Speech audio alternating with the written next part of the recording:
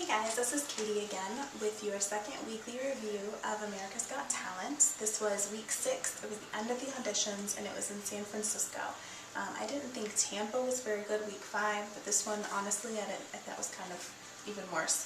But there were, as always, a few really good talents in there, so I'm going to do what I usually do and go over the worst and then the best. But before I do that, I want to take a second to thank my sponsor, Satellite Solutions Network. They are a Dish sales partner, so if you're looking for satellite TV service, please feel free to check them out. I'd really appreciate it. I have their link right here.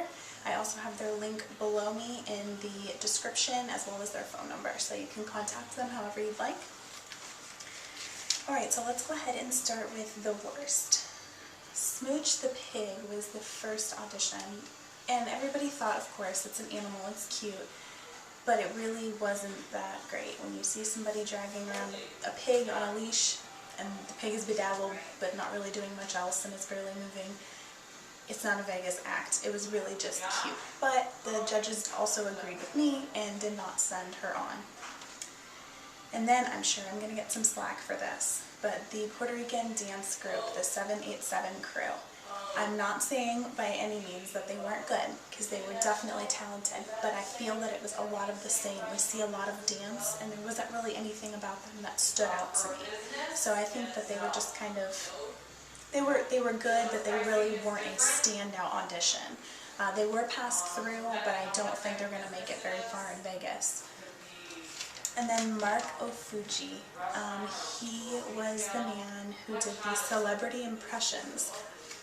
He had a very strong accent, so he was very hard to understand anyway, but they all sounded the same and nobody could really figure out what was going on.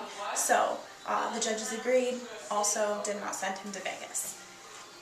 Probably the worst, but definitely by far the most entertaining, was Trish, the big busted bleached blonde who was obsessed with Howard Stern.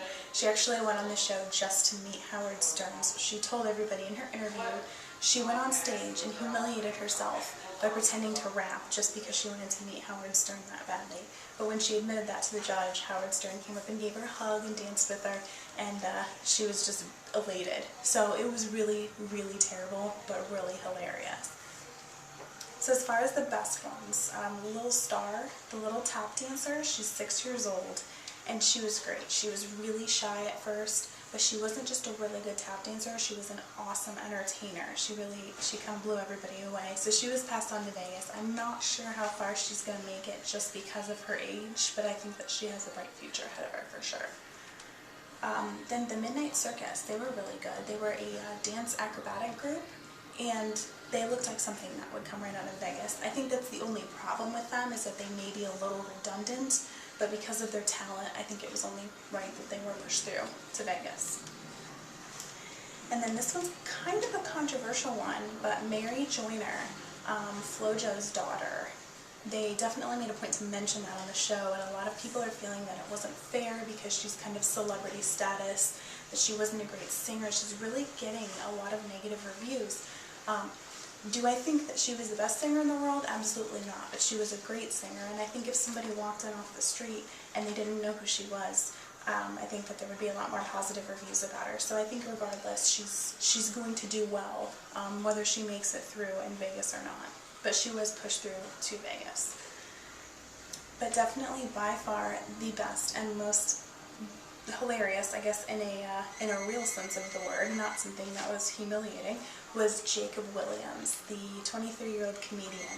He was a self-described dork, kind of a loner, was very shy, thought he was going to get sick even thinking about going on stage, and he blew everybody away. The judges, the audience, he had a standing ovation, and everybody just had rave reviews. He was great. So I think he was definitely one of the most promising, and it's cool to see something a little bit different. So I'd like to see how far he makes it as a comedian in a talent show of this capacity. I'm looking forward to seeing him in Vegas for sure. So let me know what you think. I mean, do you agree with me? Do you disagree with me?